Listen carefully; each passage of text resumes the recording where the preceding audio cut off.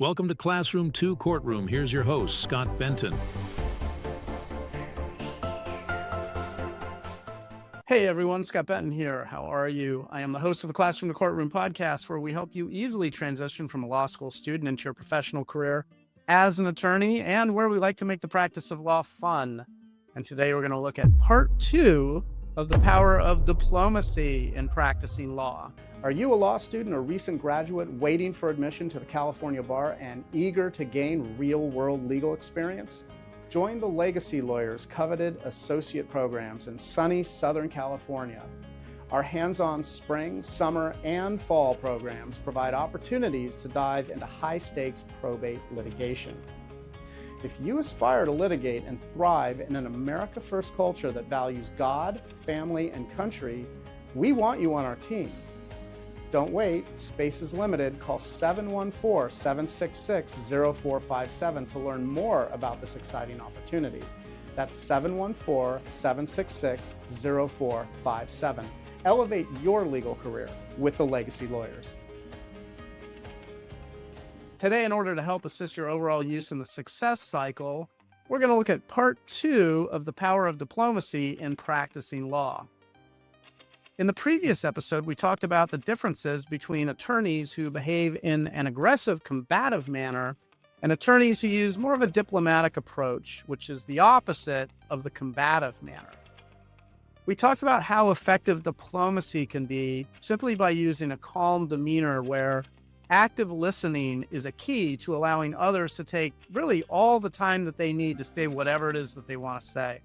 With active listening, you often walk away with twice as much good and useful information than attorneys who use more of an aggressive style.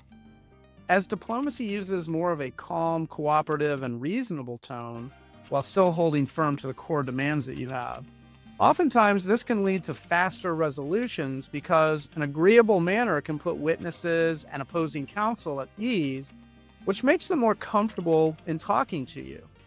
The space that you've created using a diplomatic approach is much more relaxed and accommodating in nature, and I think everybody feels that way when they're around somebody who is using diplomacy. This type of approach, of course, it's likely going to have similar favorable results while taking depositions and while in courtroom settings with judges, witnesses, and opposing counsel.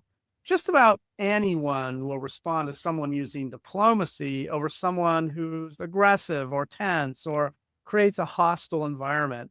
I'm sure you've probably had plenty of experiences with those two behavior styles yourself. In fact, one interesting dynamic when it comes to the use of diplomacy in a legal setting is that it creates an unsettling calm. When you're able to stay calm under pressure, it can actually unnerve the more aggressive or adversarial attorneys who typically are expecting to find conflict. However, if you're using a diplomatic approach, then a more aggressive opposition attorney is going to either get frustrated with your unsettling calm, or they're going to try and get you to react by raising their voice or maybe becoming emotional.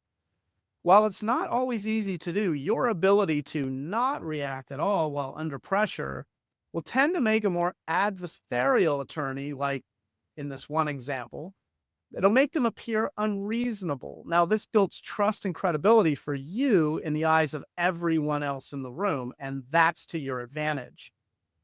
Diplomacy can also create a sense of fairness and professionalism, which makes you appear more credible and likable. And that's a vital quality when it comes to persuading judges and juries. It helps you gain the upper hand in settlement talks, and it pushes negotiations in your favor because the opposing counsel likely will feel that you're being reasonable, and therefore, assuming they themselves are not being perceived as being reasonable, you're more likely to succeed in court. In terms of learning diplomatic strategies so they're usable to you, it probably means taking classes or watching videos and reading books to really get this kind of diplomatic behavior down.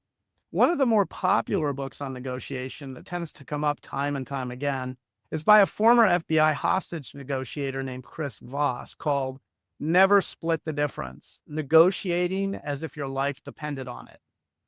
Now, if ever there was a time and a place to practice an extreme level of diplomacy, it would have to be during hostage negotiations. So the Chris Voss book may be a valuable resource for you. You might want to pick up that book and give it a read. As for a few practical tips on using diplomacy, which likely is going to be perceived as an intimidation tactic on the opposing side, which gives the use of diplomacy and law practice an extra edge, here are some ideas for you to consider. When the opposing side reveals their hand, you don't want to react. Instead, you want to remember to practice patience. Remain unreadable, something that you can do simply by pausing after the opponent makes a statement or a demand. This pause, for them, it creates a psychological pressure to fill up the silence gap, which sometimes leads to the opposing party to concede valuable points. In other words, they'll keep talking, you'll keep gathering more and more information. In diplomacy, you also want to maintain control through language, which means using professional and respectful words to project authority without using aggression. As in one example, you want to refer to the opposing counsel by their formal title and avoid personal jabs or any sarcasm. You demonstrate self-assurance through your composure, and your calmness conveys confidence. So even when you're facing setbacks, remain composed. That's going to cause the opposing party to question their own position as they desperately try to read your body language.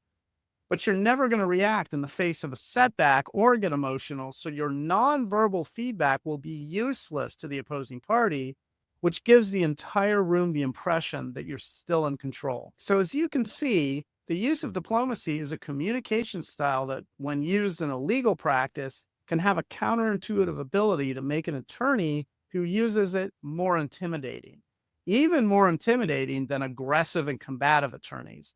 So become more diplomatic in your approach to interactions in the legal arena. It might be worth considering this style of communication, and if it's used, it may give you an important edge that can work to your advantage.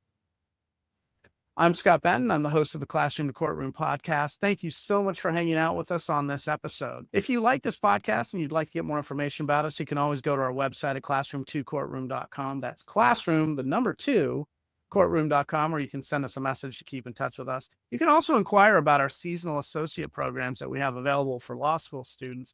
You can apply and come work for us. And as always, don't forget to share, like, and subscribe to stay on top of all of our latest episodes. And until next time, we hope you'll join us in making the world a better place, one client at a time. Thanks for joining us on Classroom 2 Courtroom, the podcast designed to help launch your first-time legal career. If you have any feedback or ideas for episodes you'd like to hear, you can always find us at classroom2courtroom.com, where you can leave comments, ask questions, and even join our online community. And always remember, by becoming an excellent and confident practicing attorney, you actually make the world a better place. Now get out there and master the art of practicing law.